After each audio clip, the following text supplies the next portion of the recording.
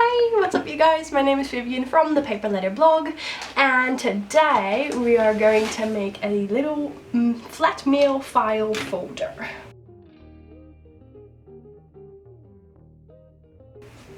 Now, first I want to say that this one I did not make myself. This one was made by my pen pal Jenny. I also showed this in a different video where I showed you how I made the outgoing mail for Jenny, which was a hidden pocket flip book basically. I will link that down below if that's already online, and if not, then it will probably be online very soon. This is her mail to me. I loved it so much. It's like a little file folder, as you can see, and she stuffed it with goodies, which is always a good idea. So I'm going to show you today how you can make this. It's flat enough to go through postal mail, and of course I want to point out that this tutorial, I'm going to make it a certain size, but you should just use it for reference, and if you want to make it bigger or smaller, that's all good. If you want to put more things in there, that's good. If you want to put less things in there, that's also fine. Just use my my video as always for reference, and then make it your own. Before I start, I'm going to pick out a tea. I think I'll go for this one, white tea, white rose from Heather.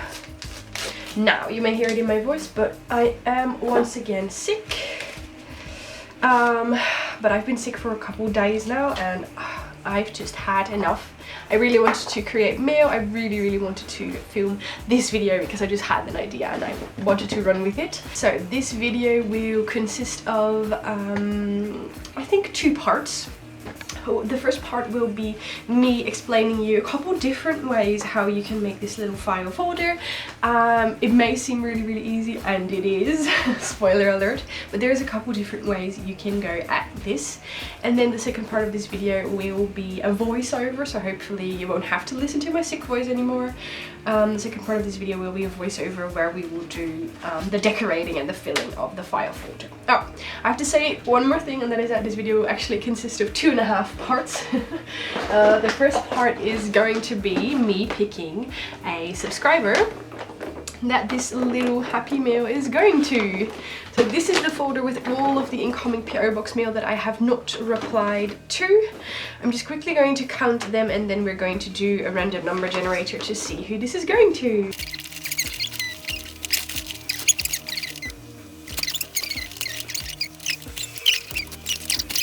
That was just me counting in my native language. There's currently 48 pieces of mail in here, so there's still a lot of mail that I would hopefully like to reply to, but it also means that I have replied to quite a lot already. So let's just see, random number generator. And we're gonna go a random number between 0 and 48. Okay, so the random number I picked was 7, but then the envelope I picked was someone I have very recently replied to. So of course I'm going to reply to you again, but I would also like to give someone else the chance. So I'm just going to go again and pick a different number for now, and then I will reply to that letter later. So now the new random number is 18. So we've got 4, 8, 12, 16. Did I do that correctly? 4, 8, 12, 16, 18. Yes, I did it correctly. And then the new letter I found is this one from Charissa from the USA. She sent me... Oh yes. Okay, I remember you. What I always do is when I receive mail from you 2 times, I will put your mail in the folder twice. I just reply to both letters in one mail if I pick you. But we will figure that out. I will figure that out after this video. So, Charissa, wow, squeak. Charissa, this mail is going to you. I covered up her address here. So that is quite fun. Just have to see, I don't remember... because I always like to see if I can adapt it to like her favorite colors, get cutesy colors. It will be good because I always like to look at the incoming mail and then see if I can kind of work with the colors they seem to like. But you know, pink and cutesy, that should be alright. So, papers in here, so I think I will try and select something out of here. So yes, what you're going to need for this, I already tried one out and I used a 6x6 paper, but then I feel like the how do you call that? The measurements are kind of off, like it's very long and not very high. So if you want to use a 6x6 paper, that would be totally fine. I would just maybe trim the sides a little bit so that you get like a teeny tiny one, which would also be very, very cute. But for today's tutorial, I'm going to use something a little bit bigger. I think I might actually go with this one, this paper. It's like pink striped, which is adorable. This is a paper from Action. So for this tutorial, you are going to need obviously some cardstock, and I would recommend using cardstock and not paper because it would be kind of nice if your folder is a little bit sturdy. Of course you can also use paper, but then it might be more, you know, it might feel less like an actual folder. Now, like I said, there are a couple different ways you can go about this. I apologize in advance if I don't make a lot of sense because I am sick, but I promise if you watch this video until the end, it will all make sense to you. Okay, so a couple different ways you can go at it. First of all, you can obviously use loose paper tabs.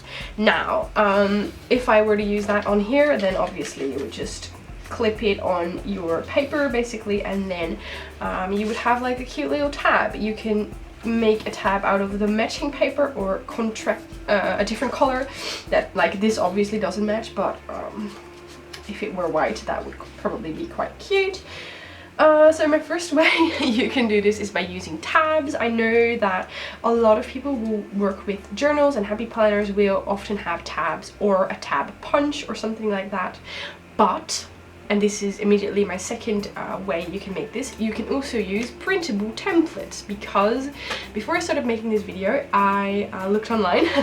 I checked Google and Pinterest, and there are a lot of printable templates you can use. You can either search for a tab printable, or you can search for a little file folder printable. And what you can do is you can print it either on regular paper, cut that out, then trace that on cardstock and then just cut it out. Or you can, if you have a better printer, you can print it directly onto the cardstock and then cut it out, of course. So you can either use a printable for a little tabs, or you can use a printable for a little file folder. Now, obviously it would also be possible to use regular scissors and then try and cut it out, but I know for myself that I'm kind of a messy person and I always need some sort of a guideline, so that is why I found those paper templates, and that would be very, very convenient. But what am I saying? For the crafty ladies who have an envelope punch board like myself, there is a third way. So in this little tutorial I'm going to show you how to make a little file folder with an envelope punch board. If you do not have one, you can just make it your own way and then skip ahead to the decorating. Now, I've already said it once, but I'm going to say it again. Use whichever measurements suit your needs. If you want to send a small mail, just put your letter in here and some goodies. You can make it smaller. If you want to make it bigger, that would also be really, really fun. I just thought of an extra idea. You could even make an accordion folder, like I will put my tutorial in the description box down below. You could make it an accordion folder and put some little file folders in there as well. But for this tutorial I will also give you my measurements.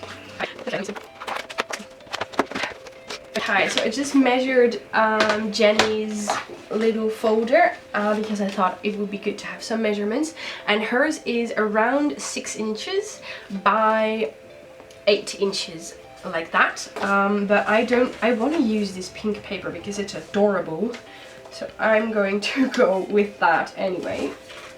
Is this straight? I don't know. I'm gonna go with that. Let me see how much of that we have. 5 inches. Okay, we can make that work. We're gonna make 5 inches work. So we're gonna make it 5 inches wide, and we will go. Would it look good if I did that? Yeah, okay, and we're gonna go. I'm doubting. we're gonna go 7 inches in length for now. And then 7 inches in length. But like I said, make it any size you like. Okay, just use this as a tutorial. Just use this as guidelines. Then we're going to score it exactly in half, or you can just fold it. So we're going to score it at 3.5. So you know, just fold it in half, make that nice and tight, and then just going to put this aside. We're going to grab our envelope punch board. Just going to take out the tea bag. I'm very curious about this. By the way, if you're wondering what this is an adorable little like teacup cover, I guess I got from Becca, so that my tea stays warm, but I'm just using it as like a tea bag cup right now. So next thing we're going to do, I'm going to start on one side. I really hope you can see this alright, but your envelope punch board has this little, I don't know, punch. And what you're going to do is you're going to place your paper exactly at the left edge of that punch. So we're putting it at the left edge, and we're going to insert it all the way in. Yes? Make sure it's at the left side. I don't think it's supposed to be that precise, but you know, it's just easy to remember. Put it all the way on the left side, you take it out, and you've got, whoop, something that starts to look a lot like a tab. Then we're going to have to decide how big we want our tab to be. So you could, I think I want mine to be 2 inches. Is that enough or smaller?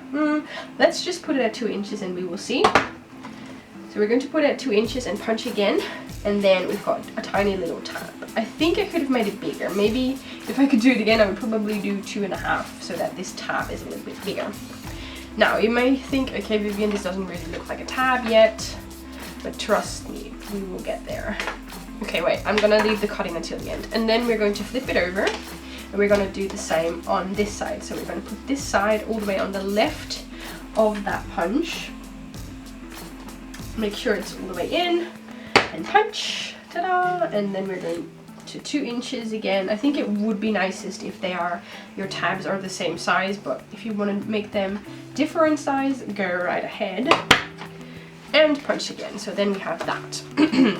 Now, as you can see, this end has is going upward a little bit, so I'm just going to cut that off so that it is straight.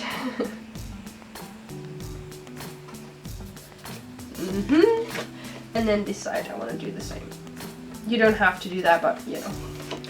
And now I am going to use my scoreboard again because I cannot cut straight lines, but you could obviously skip this part.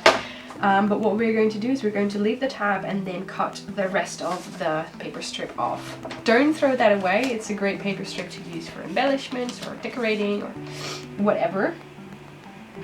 So I'm just going to use my paper trimmer for that, but you don't need to. I might have cut off a little bit too much, but you know, we will make it work. There we go. And then the other side. Other side. There we go. So that's starting to look a lot like a little file folder if you ask me. Now I have decided to put the tabs on different sides, but you could also, I think that's the way they're supposed to be, I don't know, but you could also put them on the same side, of course. Just flip your paper upside down. I think this is not entirely neat. Well, it doesn't have to be. Okay, so don't throw away these paper scraps. You'll probably find good use for them later. Well, believe it or not, but that was all there was to this tutorial. I am going to go over to voiceover now. I will tell you the finished size of this. I think I just told you, but I forgot. So the finished size of... Oh my goodness, Vivian, my mug is perfectly fine. I just knocked my mug off the table. I almost got a heart attack. Okay, I'm just gonna So now that we are done with that, we're going over to the decorating and voiceover. Okay, apparently I was so shocked by the fact that I kicked or dropped my mug off of the table that I forgot to actually tell you the measurements. But mine was around 3.5 by 4.5 inches. But these measurements aren't precise. Just look at the paper you have and, you know, go with the flow. I'm now decorating this cute little folder. I absolutely love that pink striped paper. And the flowers I'm using I received from my pen pal Emilia. They're basically pink flowers. I think they're so cute. And my problem with cute things is that I'll hoard them forever. Such as those Maggie Harms tickets. I actually bought an extra sheet because that's a 12 by 12 sheet with just tickets. I actually bought an extra sheet. Okay, I'm gonna be straight up honest with you guys and tell you that I have deleted and redone this part of the video, like the voiceover, 4 times now. So let's hope that this is the final time.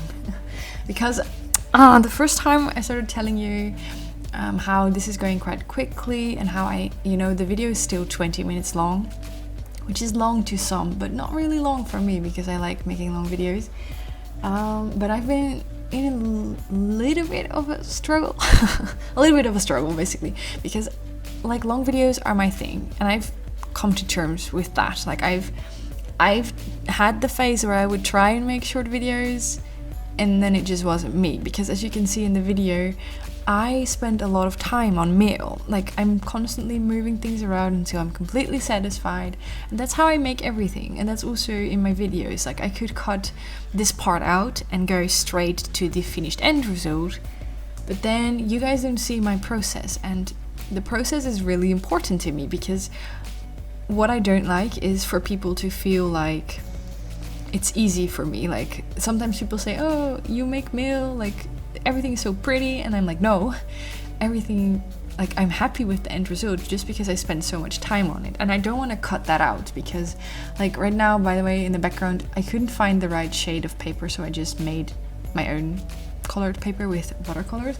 But because I think that in today's society, a lot of the process and a lot of the struggles are cut out, and that's fine. But when we only see the perfect end result, we do not realize how much time someone has spent on something, and we feel different. Because like I'm taking mail now as an example, but it's also with work or something like that. Because if I take mail as an example, if I would only show you the beginning and the end, you would think that I made this in just 10 minutes, and you might be envious, like, oh my god, Vivian, how does everything come easy to you? While it doesn't. And I don't want to cut the struggle out, because that keeps things real. And that makes it, like, that shows you that we are all the same. And I'm talking now about mail, but obviously I'm also referring to like people with perfect lives on Instagram. Like if we only show the easy things, then yeah, other people are going to be envious, and other people are going to doubt their own lives. But I think showing the whole process is what counts. That got really deep for a second. I didn't actually put that in the other 4 voiceovers, so I don't know where that came from. But what I was trying to say is that in the first voiceover, I started talking about negative feedback I get on my YouTube channel, because my channel is growing, and that's great. That's really, really fun. But it also means that I get to deal with a lot more feedback, and not all feedback is positive, which I totally understand, because my mother always said, Vivian, you cannot please everyone. But I also wouldn't be me. I wouldn't be me if I didn't try to please everyone. So with negative feedback, that is a constant struggle. There's always this voice inside me that's like my mom voice that says, Vivian, if someone thinks your video is too long, let them think that. You have a ton of followers who might also think your videos are too long, but who still enjoy them. And I enjoy making long videos, so let go of those expectations other people have of you and just focus on the positives. But then there's also that negative voice inside me that says, yeah, there we go, another person who's angry at me, another person who leaves a mean comment or an angry comment about my videos. who doesn't agree with the way I do things. And that's a constant struggle, and I always try to focus on the positive things, but sometimes it's not easy. And that's why I'm telling you today that it's not always easy. Like, I've had people tell me like, oh, I want to start a YouTube channel, but I'm afraid. And that is okay, because I'm also afraid sometimes. And mean comments are not okay, but I am learning to grow a thicker skin. And I guess in the end, I don't know how to finish this story. I just finished the snail mail in the background, but now I don't know how to finish this story. I don't know, I just wanted to share that with you. Maybe I shouldn't try to turn this into a positive story with a moral. Maybe I should just focus on telling my story. Seriously, what am I even talking about? So that was my story. No moral here. Maybe there is a moral, but it is, life isn't always easy, but that is okay too. How is that for moral of the story? Oh, I have a quote for you that always stuck with me. Here's the quote of the day. It is, we should stop expecting life to be easy. Now, I will leave you with that food for thought. I hope you enjoyed this video. Don't forget that if you do not enjoy my rambling, you can always mute me. And I would love to chat more about this subject in the comments. Leave this video a thumbs up if you liked it, and don't forget to come back Monday, because hopefully there will be a new video. Okay, bye bye.